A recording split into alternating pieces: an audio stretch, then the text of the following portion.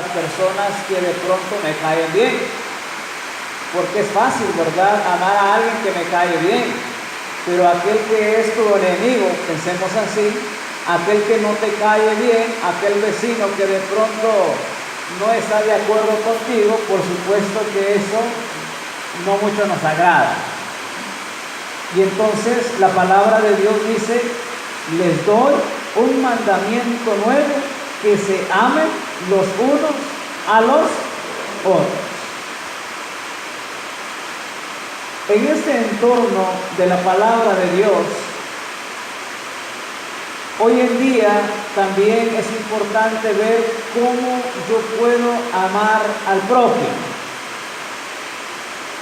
Una de ellas es uno de los problemas que estamos viviendo dentro de la iglesia y fuera de la iglesia sobre todo, que muchos hermanos nos empiezan a cuestionar en el campo de la fe.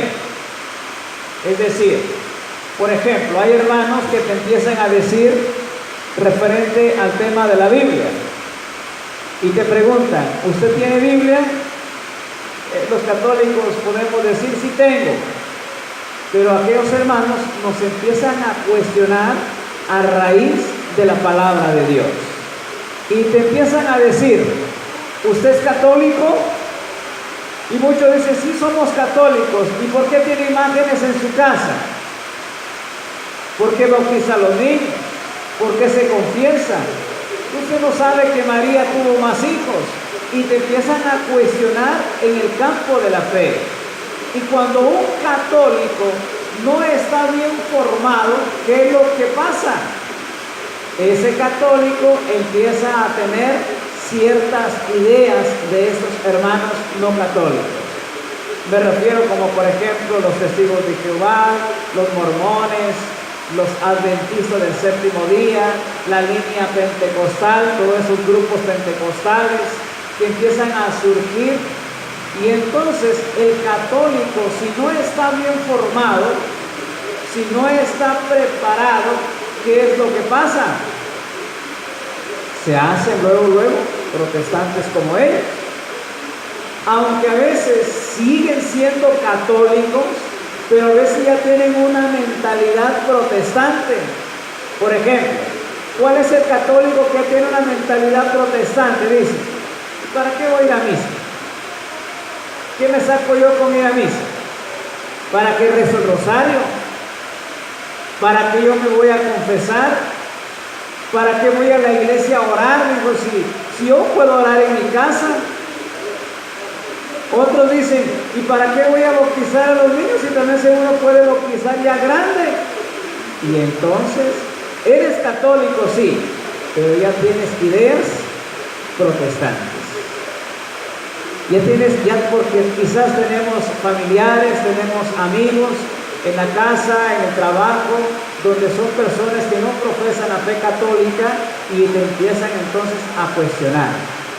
La palabra de Dios, leyendo Hechos de los Apóstoles, la primera lectura, capítulo 14, nos decía el versículo 22, dice: cuando Pablo y Bernabé, después de que estuvieron en una misión, dice el versículo 22, dice: cuando llegaron a esas comunidades, decía Pablo, decía, donde animaron a los discípulos y los exhortaron a perseverar en la fe. Mis hermanos, hay que seguir perseverando en la fe, pero en la fe auténtica, no una fe que está llena a veces de supersticiones, que está llena de otras ideas que la iglesia no nos lo ha enseñado.